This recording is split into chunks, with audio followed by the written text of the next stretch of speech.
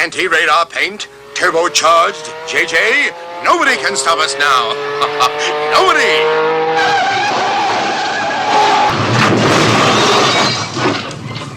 What are you, some kind of nut? Who do you think you are?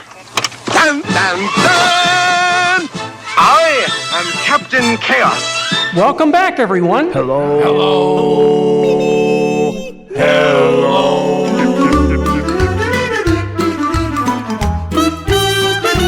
I got scared. I dropped my hot pocket. I'm drinking rum. It's Rum and Nerdy. I'm drinking rum. The time has come. I'm drinking rum. So grab a glass, some ice, your bottle, cause we're about to drink some rum. Kicking like I usually do, drinking. I'm drinking rum. Here's Greg and Garrick. Hey everybody, welcome to Rum and Nerdy. I am Greg. And I am Garrick. This is episode 5.23. The 1979 Lamborghini Countach LP400S. Yeah, and if you haven't figured it out by now, yeah, we were talking about the Cannonball Run. But it's kind of interesting. We were just having a debate because I have a source that said it was the 1988, but we verified it is a 79. It is, in fact, a 79. This source is incorrect. It is. So, yeah, one of my sources is a Haggerty article where they interview the current owner of said car, who may or may not be a local resident. yeah, it's one of the debates too on how do you say Countach, and it is Countach, but It is. I was pretty adamant because You were, because you do some dude in the 90s. It was like early 90s, this guy I worked with, and he looked like a little Italian man. Had the little mustache, everything. He looked like an Italian man. Yeah. And he corrected me, it's Countach. Yeah, but the 90s is something where you could have misinformation in the 90s, and you would just run with it because you couldn't pre-Google. fact check anything. Yeah. So, oh well, I said it wrong for a while. But not that the topic of that car came up very often, and very, very rare. Yeah, you don't move in a lot of Lamborghini circles. No, I don't. And then, I will say that anybody that calls it a Lambo needs his dick punched. That's super hey, I'm wearing my hat backwards and I call everybody bra. Okay, I see where you're going with that. Yeah. Oh my God, look, it's a Lambo. Yeah, shut up, dude. It's a Lamborghini. Hey, back to Cannonball Run. One more thing. Can I do my little thing about what Countach means? Oh, yes, please. This is funny. It is funny because we just found this out. Yeah, I was just in the trying to figure out how to pronounce it, I found a little bit. The word Countach, pronounced Countach, is an exclamation in the Piedmontese dialect of Italy, roughly equivalent to the word wow or gosh. It expresses amazement, admiration, or even mild vulgarity. It was used by workers at Baritone, the Italian design house, where he first saw the prototype of the Lamborghini Countach. Bertone. Bertone, okay. Bertone. Bertone. Yeah. Don't they make pasta? The name stuck because becoming the iconic name of the Lamborghini supercar. Now, it's funny. I guess the name was originally a kind of a slur term or whatever, like goodness or holy cow, but apparently the actual translation of it is what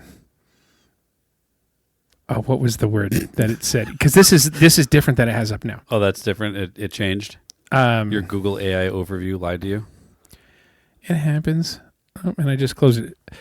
It was like plague. Oh yeah, plague. It meant plague. It's like plague or disease or whatever. But then it also translated pestilence or yeah. It's so it either means wow, that's amazing, or plague. Hey, stock up on toilet paper and alcohol, and I'll see you in a year and a half. Yeah. Bertone was a coach maker, designer. He did all sorts of I think he did the Lancia Stratos back in the day, and obviously work on the Countach or Lamborghini throughout the years. He also did the Volvo 780. So I actually had a Volvo for a while that was designed by the same guy that did the Countach. It was kind of fun.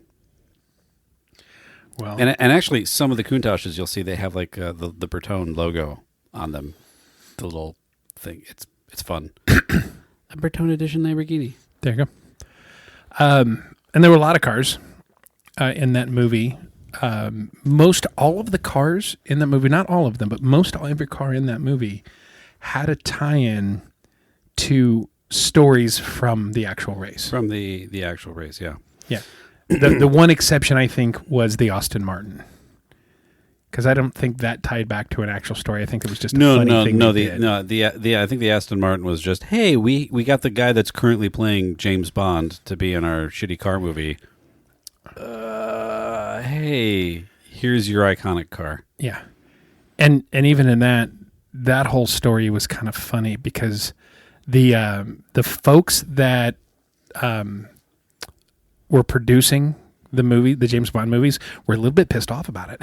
Oh, they were a lot bit pissed off about it. So they had their title character. Could you imagine if someone was doing that? Like if Vin Diesel decided to go play, his character from the Fast and Furious franchise, driving a car as that character in a Disney movie or something, and nobody communicated in the background or signed contracts or releases or yeah, but it was also funny the way they did it because he played a character that was named like Seymour or something like that. He was a wealthy guy, a little weird, that had like veneers. His mom was complaining to him like, all this money I've wasted on veneers and this and this and this, for all this spy business. He played a guy, a wealthy guy that would go around in tuxedos, and he didn't think he was James Bond. He thought he was Roger Moore. So it was Roger Moore playing a guy that thought he was Roger Moore. Yeah. Playing James Bond. So, and in getting ready for this, Zero Prep Podcasting actually did quite a bit of prepping. The scene that he's talking to his mom that kind of sets this all up. It's funny. They've got the din din din din din din, but it's not the din. It's din din din din. Yeah, it was like it's just slightly changed enough. Yeah, it's like no. Mine is dun dun dun dun dun dun. Yeah, yeah. It's that level of We're not getting sued over this. Yeah, it's Leviosa, not Leviosa. For the younger generation, that's kind of what it was. But it was, which I didn't even put that together until I kind of resaw the bits about that. But it's freaking hilarious. It is in fact a funny movie. I have so much more respect for Roger Moore. I mean, always a cool, laid back, guy, but. The suave guy, not laid back, but the fact that he played a kind of like mentally unstable, wealthy guy who thought he was Roger Moore, who thought he was James Bond. I mean, how would an actor turn that down? How could you turn that down? I mean, other than contractual issues. The whole casting for this movie was so haphazard and weird. By today's standards, by any standards, this movie should have fucking failed so bad. Mm-hmm. And they laughed and willed it into success. The late 70s, early 80s was just an absolute crazy time for movies. You could really stitch some shit together. Absolutely. And you end up with like Caddyshack or Smokey and the Bandit. Like Smokey and the Bandit came out in 77. I know that he had recently come off of Smoking the Bandit. Yeah. That he had recently come off of it because he was like, the thing that I saw was he was considered untouchable. There was no way he was going to get this movie. They were going to get him for this movie, and he wasn't the original character. Or he wasn't the original actor.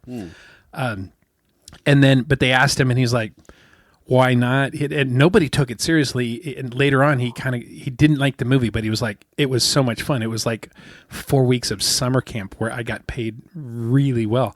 And as it turns out, for the amount of time that he worked on the movie, at the time was the highest amount of money any actor had ever been paid. I can believe it. It's $5 million for 4 weeks.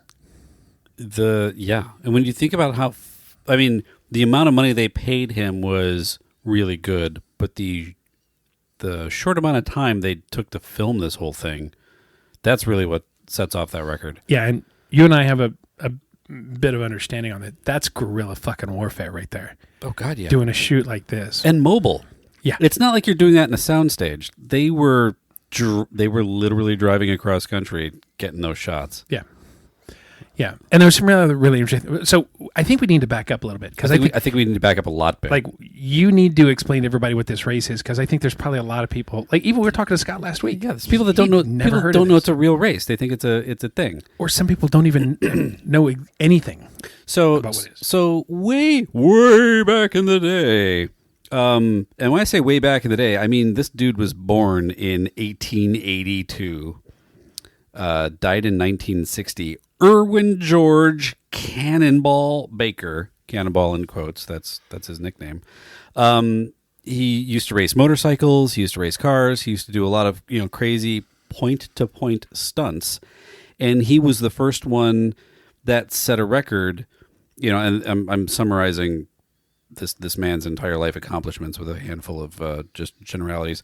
He was the first to set the coast-to-coast record as a big publicity stunt, driving from New York to L.A.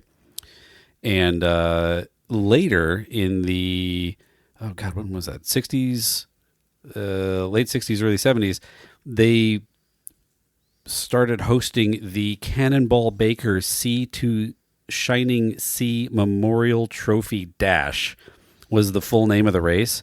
And then after the movie came out, they just shortened the whole stupid thing to Cannonball Run. But it is a real kind of rally-style challenge where people drive from New York to L.A. as fast as they can. And there's a whole series of different categories of records. There's the general the general run how fast can you do it. Then there's the truck record. There's an electric vehicle record. There's a motorcycle record. There's a single driver record. So there's a whole bunch of subcategories to the overall record. And then even within the Cannonball communities, there's a handful of debates as to are you doing it just the fastest you can get from New York to there's a hotel in LA that everybody ends at. Like what's the fastest you can do that? Or what's the fastest you can do that on Cannonball Baker's original route? So there's like the original route classic record, and then there's the modern day record. Now, the guys that created this, you said it was like late 60s-ish that they started this. Mm-hmm. Did you mention their names? Because I know it was a guy that raced cars, and there was like a sports commentator guy that had paired up to create this. Brock Yates. Yeah. And fellow car and driver editor Steve Smith. So Brock Yates, the co-creator of the Cannonball Run, Yeah. was the writer for the movie. Oh, very cool. Yeah. Very cool. Directed by Hal Needham. Yeah. Let's see. When was it? So I think it started 1971 was when it was originally like May 3rd, 1971 was the first official running of it. And they did it again in November of 71, 72, 75, 79, and then the movie came out in 81, which is where it was rebranded. Yeah.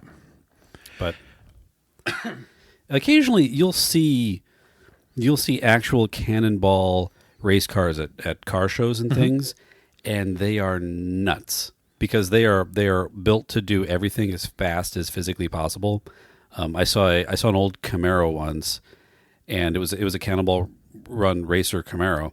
Had four it had oversized gas tanks, but it had four of the little gas ports in the side, the race car style, where you flip a lid and it pops open. Yeah. So there's no separate cap, but it had four of them, so you could pull in between four pumps, and you could pump it with four pumps simultaneously. So the van that was the ambulance in the movie. Yeah. So the last year that Yates did it, that he participated in it was like in 78 or whatever. Mm-hmm. It was that van, the exact van he reused for the movie. Yeah. Well, that's because, and the shtick in the movie is people just, if they see an ambulance with its lights on flying, they're not going to pull it over because they think that's an important medical thing going somewhere. Because this is not legal. And the stories of people that are doing this and how they're doing it, and the modern records, because back in the day, I think the record was like 31 hours or something like that.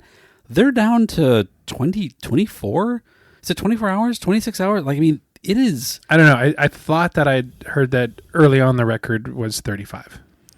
35. Yes. Let's see. There's the double transcontinental record. Oh, during the pandemic is a whole separate. Okay, so That's separate, yeah. During the pandemic, so two of the biggest, congestive areas in this entire race is getting out of New York and getting into LA as far as the race is concerned. Oh, yeah. So during the pandemic, when everyone was in lockdown, there's a bunch of people that said, hey, fuck it, we're going to go do the Cannonball Run right now. And they were setting nutso records because they were shaving 2 hours off their time just leaving Manhattan. Absolutely. So let's see, like the pandemic records, what do we got here? 26 hours and 38 minutes. That's insane. That's an average of 106 miles per hour. Well, and what you were saying about the gas tanks, that's what I'd heard. It was a Dodge Sportsman B200 was the ambulance, and it was that same one, but it had 4 gas filling locations on the van so that they could fill it, and then it was like insane, like 200 gallons of gas or whatever in it. Yeah. So it did not have to stop very often, and it did not have to stop very long. No, absolutely not. So, but that was super, super cool. The other thing I thought was really funny is not the Lamborghini, but the Ferrari. The one that had the girls in it. No, that was Dean Martin. Yeah, because the girls, Dean Martin and Sammy Davis Jr. Yeah, were in the it was Ferrari. the '78 Ferrari 308 GTS. Yeah, that was also his personal car.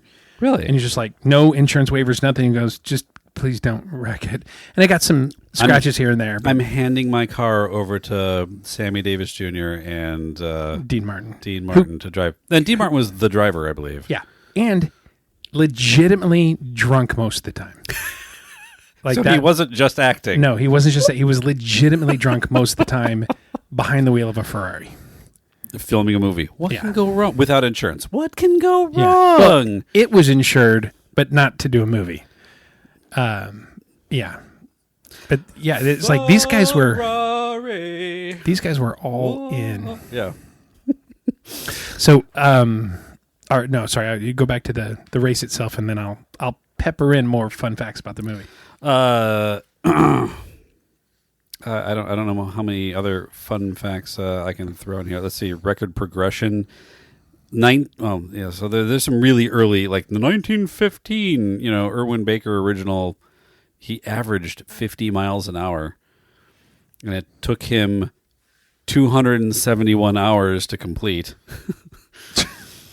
Let's see. And it slowly gets down there. You see Ferrari 308, Jaguar this, Ferrari Daytona, Dodge. Oh, yeah, the Dodge Custom Sportsman did it. So in 1971, when he did it in the Dodge Custom, 40 hours, 51 minutes.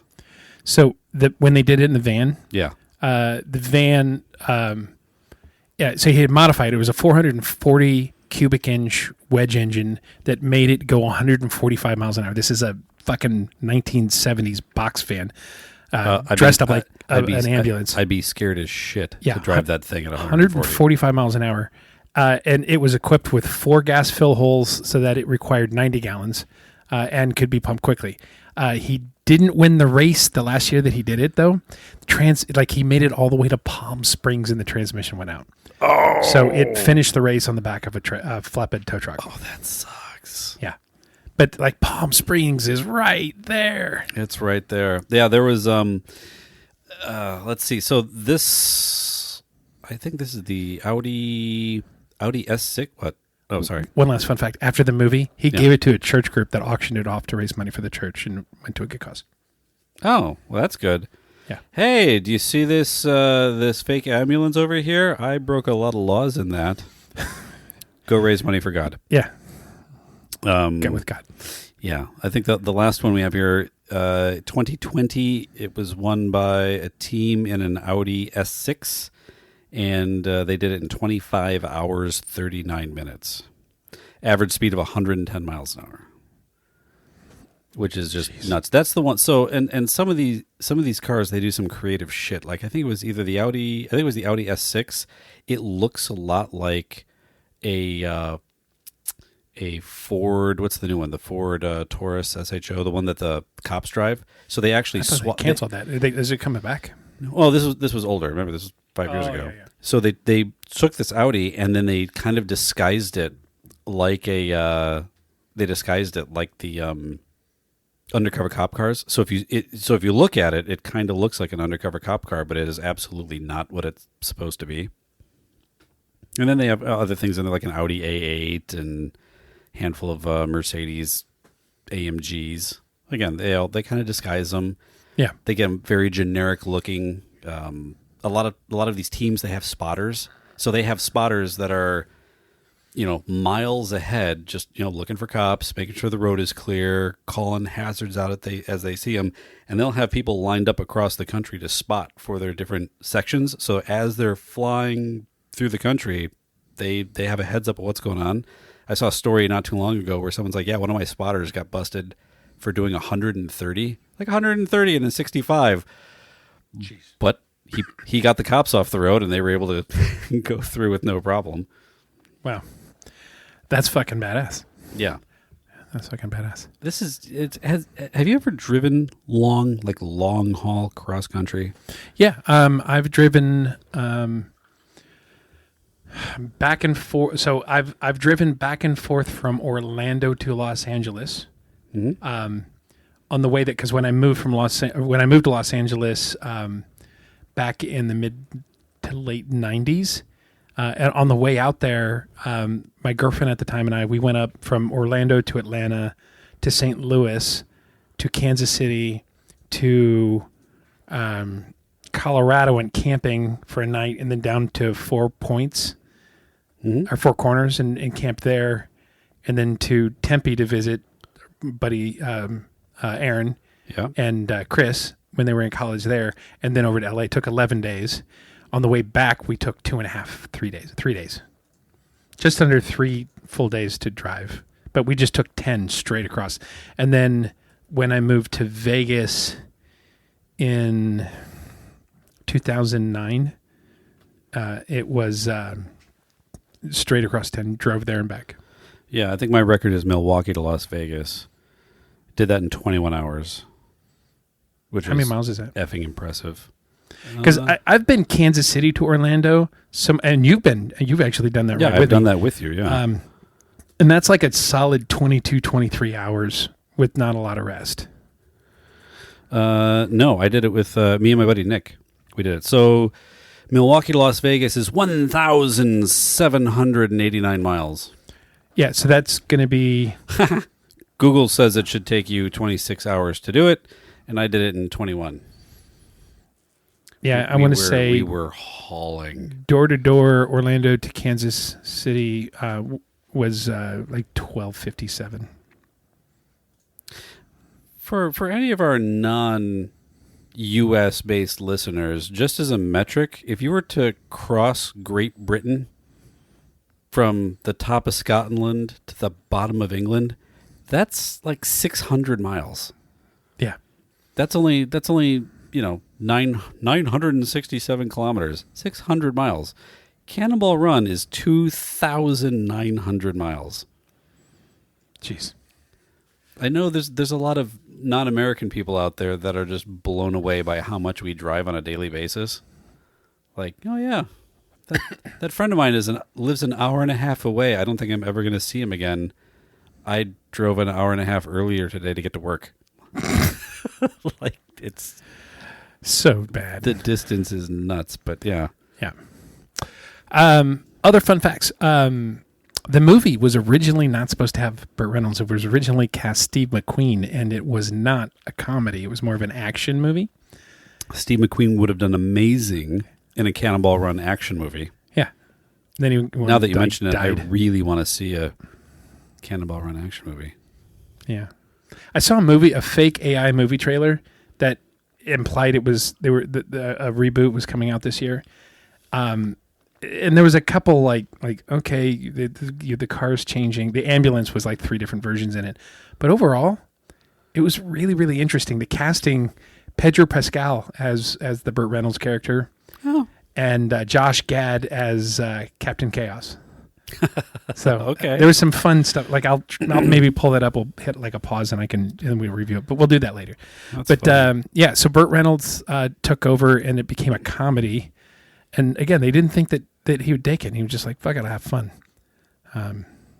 Very interesting. You really have to. The other interesting thing, as far as like recasts, the Dean Martin character was originally cast as Don Rickles.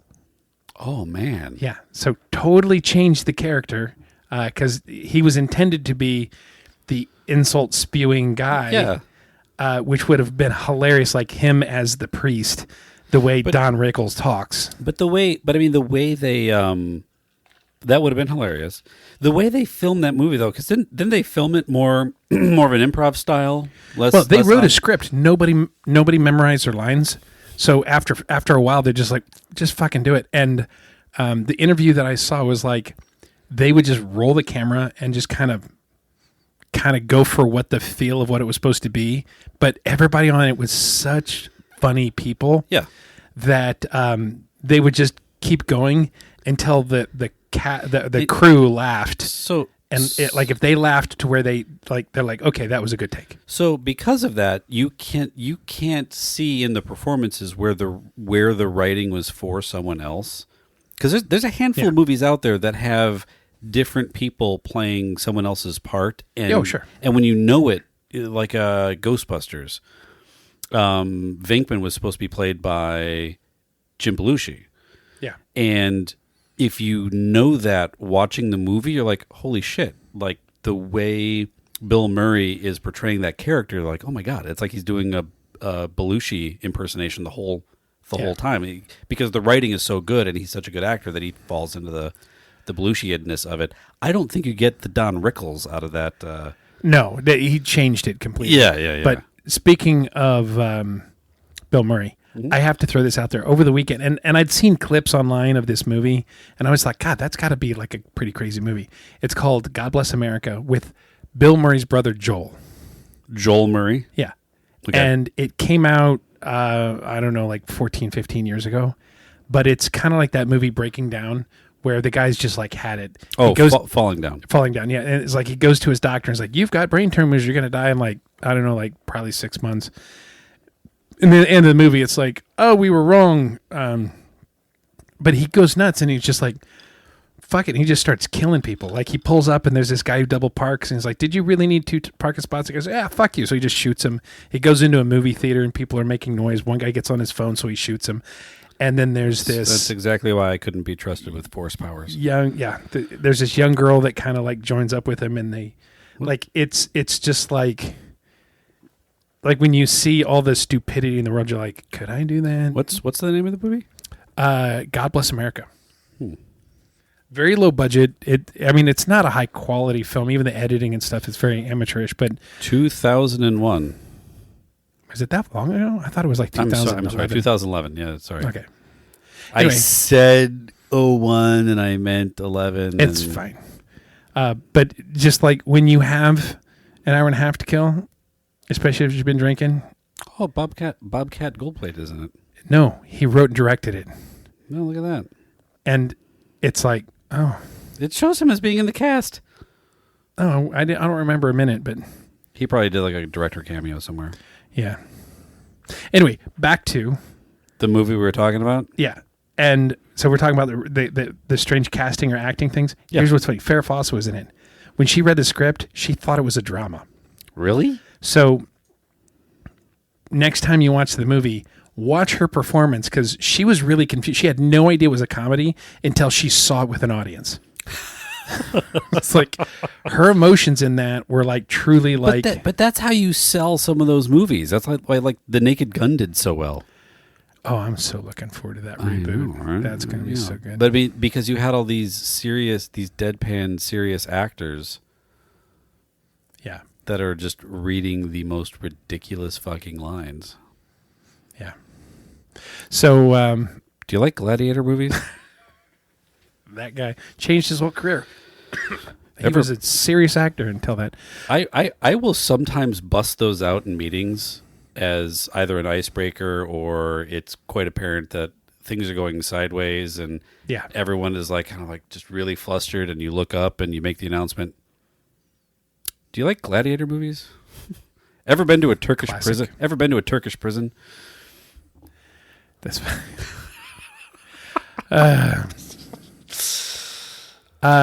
another interesting thing. Cannonball Run in several ways changed certain aspects of the way movies were made. Yeah. There was a tragic accident. There was a female stunt woman who was hurt. She was paralyzed. Her name was Heidi von Beltz, which is funny because the rule change was that they have to put seatbelts in cars, and her name's von Beltz. Wow. Yeah. But really? She was in a car that was in a fairly minor crash, but she had no seatbelt on and was damaged. The late 70s, early 80s were a different time, kids. Yeah. It was very kind of like completely fly by the seat of your pants. But which is what happens when you get in an accident without wearing a safety belt. Yeah. It was also kind of funny that the scene with the plane landing on the street. Yeah. They did that in one take, which was good because neither the FAA or the police knew that there was going to be a plane landing on that street. They had no idea. They did not. And throughout the movie, they didn't get permits. No. They just like, look, Burt Reynolds is on the set. And then the cops would be like, well, that's kind of cool. All of the best movies are filmed guerrilla style with no permits. Yeah. So there was nearly an accident when that plane landed. And cops came out and was like, what the hell? There was also later on when they were in LA and there was that final mad dash push through LA and downtown and all that stuff. Mm-hmm. When they're doing the downtown scramble. Yeah. No police knew, no permits. They just set up cameras on the corner and had the cars start doing laps around the block to get different angles and different things like that. And the cops came and the crew said, shit, somebody screamed cut, and all the crew scrambled into buildings and ran. Because everybody was like, we're all getting arrested. Do you know that different movie, Fast and Furious Tokyo Drift? Yeah. Did you know that for all the scenes filmed in Tokyo, the Japanese crew hired a fake director as the fall guy to be arrested whenever the cops came to break up the filming? That's freaking hilarious. And the actual director of the movie didn't realize it until after the fact. Like, oh yeah, this is the fake director. Like he's done X number of days in jail, pretending to be you for the. I'm like, wait, what? That's really freaking nuts. That's freaking nuts. I hope to someday be at the level where someone would hire a fall guy for me to take all the heat. Yeah. What are you doing here? Oh, he's just here to be arrested for you. Yeah.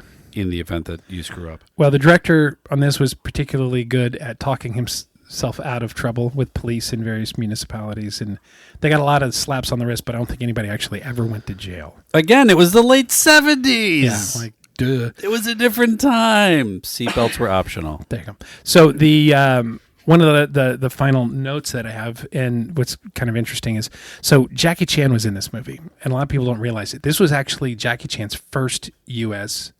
movie. Certainly the first one that was filmed in the U.S. It, like, some of his Hong Kong stuff might have been shown here, but like his first U.S. movie, this was it. Yeah. And it was interesting because he loved it. He had a lot of fun, but he was also really pissed off because they're like, that's the Japanese guy. And since it was all improv, it wasn't necessarily written that guy. He was just like, yeah, he's driving the little rice burner car with the rocket engine in it, and the night vision and all the, so it was like the Inspector Gadget mobile. And as a lot of people don't realize that because of some stuff that happened way back, like in World War I, World War II, the Japanese and the Chinese are not really particularly fond of each other, and it's a lot better today. Not at all. But you keep in mind that this movie is nearly 50 years old, and a lot has changed and gotten better, but. It should be noted that at the time of filming, they were closer to World War II than they are now. Oh, God. We're old.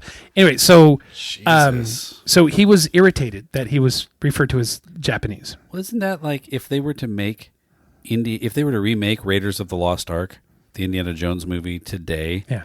the delta between 1980 when that movie was made and when it was set, like back in the 30s or whatever, It'd be the that same 90s. it would have been like 1993. Yeah. Ugh. Yeah. It's fucking crazy.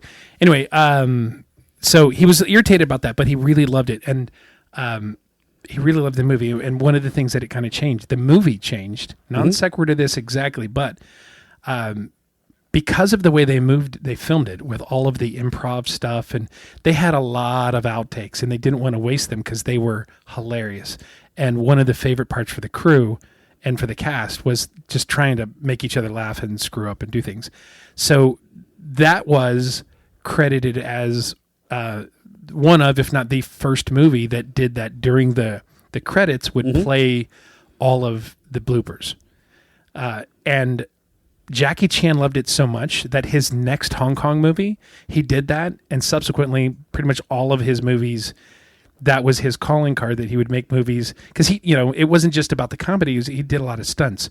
So he would do a lot of bloopers on stunts that, fighting sequences that didn't necessarily go right, but also the funny stuff. And so that was something that Jackie Chan loved about it, but it also kind of changed bits of the industry. That's cool. Yeah. As generality, here's another. So the two girls From the opening Lamborghini Countach scene? The movie, but that... Yeah. Their whole shtick was, hey, we're dressed in leather and we're going to unzip our top and show off a lot of cleavage and pull our driver's license out from underneath our breasts and so on and so forth. And in that movie, there was two main times this happened. There was a guy cop, and then later on, it was a girl cop, so it didn't work. Yeah. The guy cop, if you think about it, the guy kind of looked a little like Burt Reynolds, because that was Burt Reynolds' stunt guy. Oh, His really? stunt double.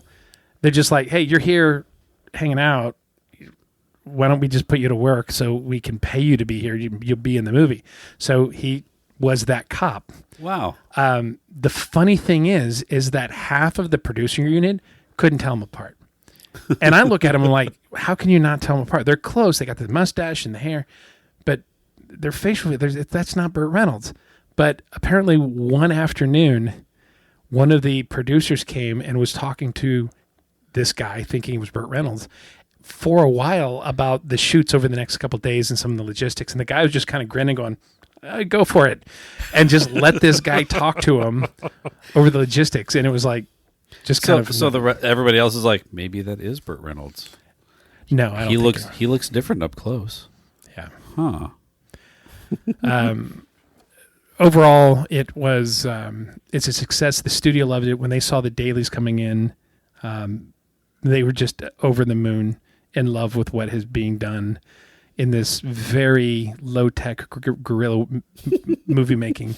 And this was actually famously noted that the second film was greenlight before they finished filming the first. Really? Yeah. I did not know that one. Yeah. So second one, not as good. no, but it still commercially still had a pretty high level of success. Not all the cast came back. A lot of them did. When it got to the third one, and a lot of people don't realize the third one even was made. And this was about 1989. And it's interesting because what's his name that was in MASH that played the Sheik in the Rolls Royce? Oh, yeah. He was like the only original cast member that came back, but it had Eugene Levitz and John Candy was in it, and Brooke Shields, I want to say, was in that one. But it was terrible. But you know what they did different? Speed Zone, 1989. Yeah. What was interesting about that is they lost the formula. It wasn't improv. They wrote a script, and they followed the script and produced it like a movie. So it didn't have the same... The same we're making this shit up as we go? Yeah. And a lot of the people that were in that movie desperately, continuously tried to get their names removed from it. Really? Because it was so bad. Yeah, it's not even billed as Cannonball Run. It's just Speed Zone. No, in some foreign markets, it was called by other names, but the other kind of like spin-off interesting thing about that is I don't know if you remember the arcade game called Outrun. And it was the red Ferrari top-down Yeah. guy with the blonde in the passenger seat. Oh, yeah. And there was no yeah. cops. It was just like put your quarter in and just drive. Mhm. That movie was made. That game.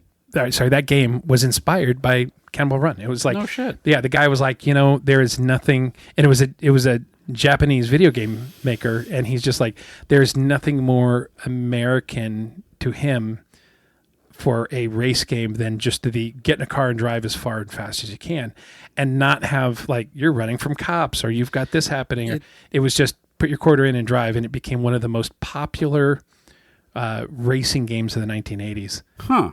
Because of its simplicity, and it was just cool. The whole Cannonball Run, just long distance speed concept. I'm not sure if anybody else has, geographically speaking, I'm not sure if other countries have that level of just get in a car and fucking go. No, it's like the last time there was something like that was like Magellan went all the way over to trade spices. Well, sorry. Well, that was a reach. Can't land them all. Oh. So we have Cannonball Run, New York to L.A. There's a southern one, the Southern Trail. I was going to ask about that. Yeah, Southern Trail. It's Jacksonville to San Diego. Which is basically 10 and then over to L.A. and south. Ish, yeah. It's never raced it. Don't know the records on it, but there's a whole series of them that are much like not as prestigious as Cannonball. It's like the minor leagues. But another one that's really fun is the Bandit. It's the Bandit Classic, I think it's called, where you do the Smokey and the Bandit run from Georgia over to Texarkana, Texas. You buy a 6-pack of Coors Banquet and drive back. And no elephant. Yeah, no elephant. No, that was the sequel. Was it the sequel or the third one? I think that was not one of the good sequel. ones. That was the sequel? Because the third one, Reynolds wasn't in the third one. Yeah, it was just Jerry Reed. That was Jerry Reed pretending to be the Bandit. Mm-hmm. And he was in like a Knight Rider style. Yeah. Trans Am. Yeah. No, but so Bandit Run. I didn't even know that existed. But now it does. Now I know. Interesting. And I feel like that's a lot more achievable because I could fucking drive to Texarkana in like 7 hours. From Orlando. We need to invent our own race like that. I don't know. The Nerd Run. The Nerd Run? Cannonball Rum. Cannonball. I love it. The Cannonball Rum. You have to drive down to the Mai Kai and get a drink and bring it back to me before the ice melts. Yeah, the Bandit Run is a reenactment of the journey portrayed in the 1977 film Smokey and the Bandit. Texarkana, Texas to Atlanta, Georgia. Over 600 miles. That's fun. Yeah, no, that's pretty freaking awesome. It's been reenacted a lot, but that's a fun race. I've seen pictures of it where they have like the original Smokey and the Bandit trailer, for the semi truck trailer with the big painting on the side, all that shit. Like that's quality. That was that was another one of those late 70s just wreck-em car movies. It's like you have Cannonball Run, Smokey and the Bandit. I'll throw the Blues Brothers in there. Like there's a handful of just automotive mayhem movies that are just a lot of fun. Death Race 2000. Death Race 2000. The original. Which is like the original's got like Stallone was in that, right? I think so, yeah. That was crazy. The original Gone in 60 Seconds? Yes. Yeah. I mean, and there's this whole thing. It reminds me of, one of the most classic movie cars ever, the Eleanor. Yeah. Apparently, like, the widow of the original Toby Hallecky. Yeah. And his widow, yeah. Yeah, and, like, anybody who makes anything and calls it that, she takes to court and impounds their car. That was just recently overturned. It was good. Yeah, they struck that down. But a few people lost their car. They did. Like they were building movie clones. Yeah. Yeah, that was crazy. No, I remember what was it? Rad Rides. there's one of those hot rod shops. I think it was Rad Rides was building 3 different versions of it. There was the Eleanor 2, and then the Super Snake that they would build in conjunction with Ford. So it was a lot of like brand new stuff. Yeah. But It was basically a brand new car. It was the GT500E, E for Eleanor. Yeah. But it was, I remember there was 3 different versions, and I know the biggest one was called the Super Snake, but it was brand new chassis. It was functionally, it was a brand new car. It wasn't like they didn't buy cars and they restored them. It was functionally Mustang. Those old Mustangs are one of the few cars that you could build one from scratch out of a catalog. So yeah. But no, that movie, another guerrilla warfare filming movie, was like the original Gone in 60 Seconds. I think it came out in '74, but that movie was entirely filmed on Sundays because the movie industry reps that check for your permits and all that, they don't enforce them on Sundays, or they didn't work on Sundays, so you had free reign. Yeah, he had the whole thing was done with a 70. It was actually like a 72 Mustang, but it was built as a 73, and full NASCAR roll cage, everything. And there was a handful of really bad accidents that Toby Hallecky, the creator, / main character, he got in some really bad accidents, and they had a support van, and they just got the thing running and kept on filming. Like, the car still drives around today for publicity shots and things. You'll see it sneaking up at car shows, but it is a freaking wreck. But he died filming the sequel because, hey, guess what? When you are really sloppy about your movie stunts, sometimes bad things happen. And the 2000 Jerry Bruckheimer movie was where his widow was trying to get the sequel finished / remade. And Bruckheimer's like, I have no interest in finishing this movie or redoing this movie, but I'll redo the original. And they kind of gave new life to the franchise. Gotcha. That's pretty cool. Yeah. I did not know about that. Yeah. Let's see. I have a 73 Mustang, so I'm a big fan of that particular year.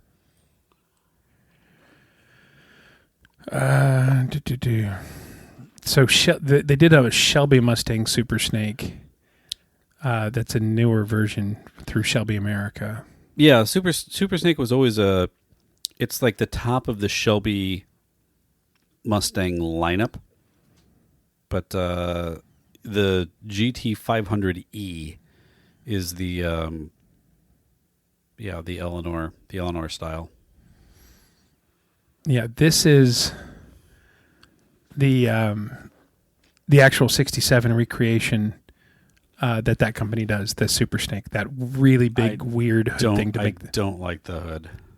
No, I do not like the bump in the hood. But it's like the insane horsepower version of that. Yeah, I think it's supercharged and yeah. I think it's actually super duper charged, which is highly technical. It is. Oh my gosh, what? You should say something. No. You said super duper charged, and I was like, yeah. Oh, you were like, oh my God, like you started to say something. I was like, you're going to lead into some other point, but aha, never mind.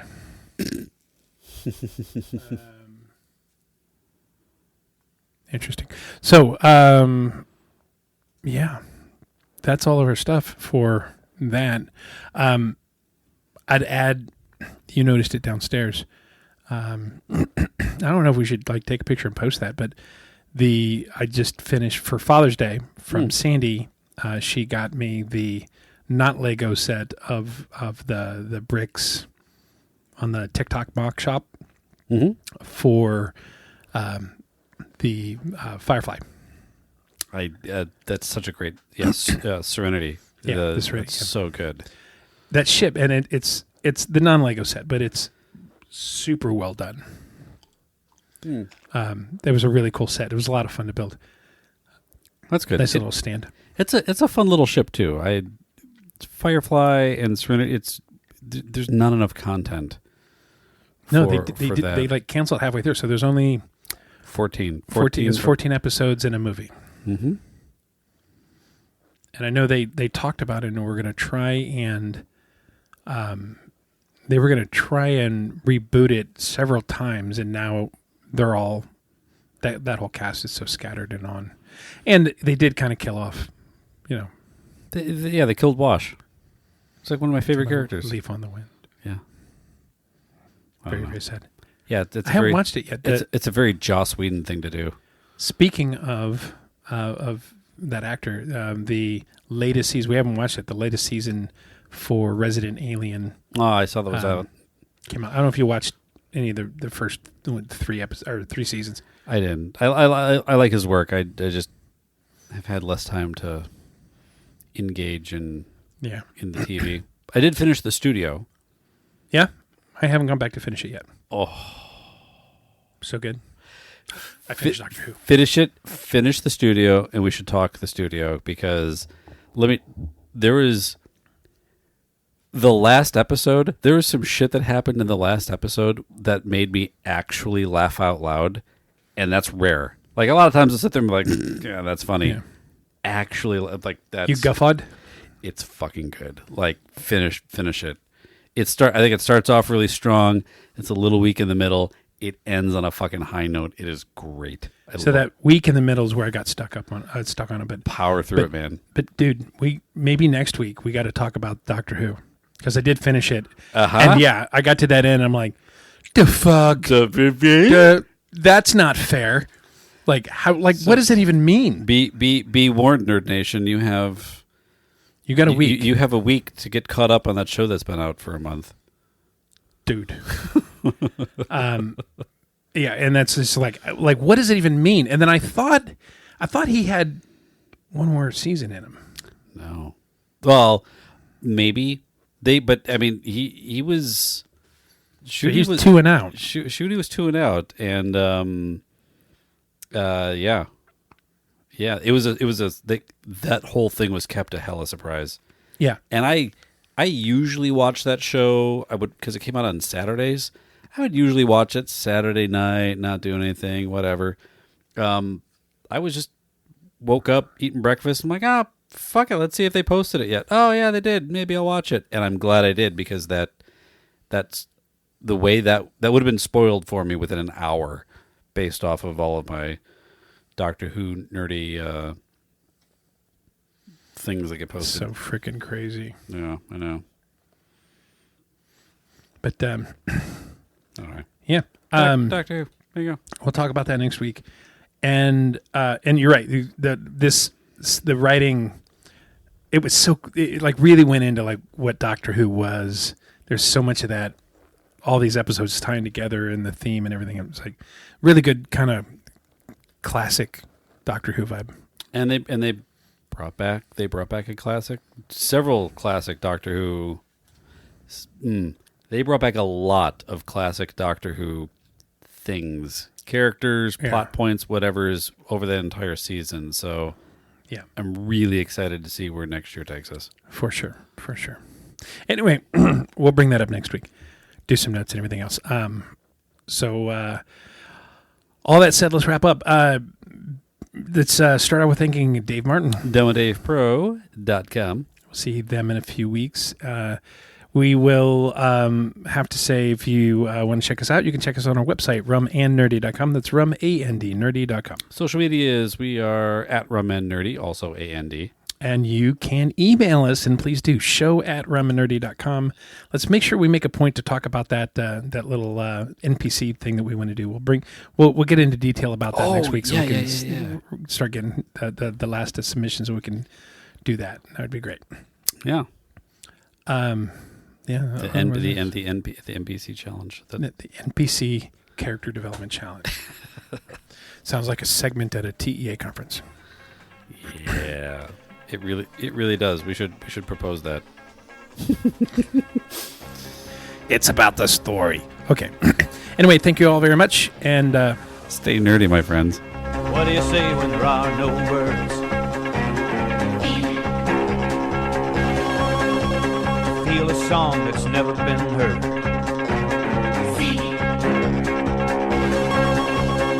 How do you know when you hear the call?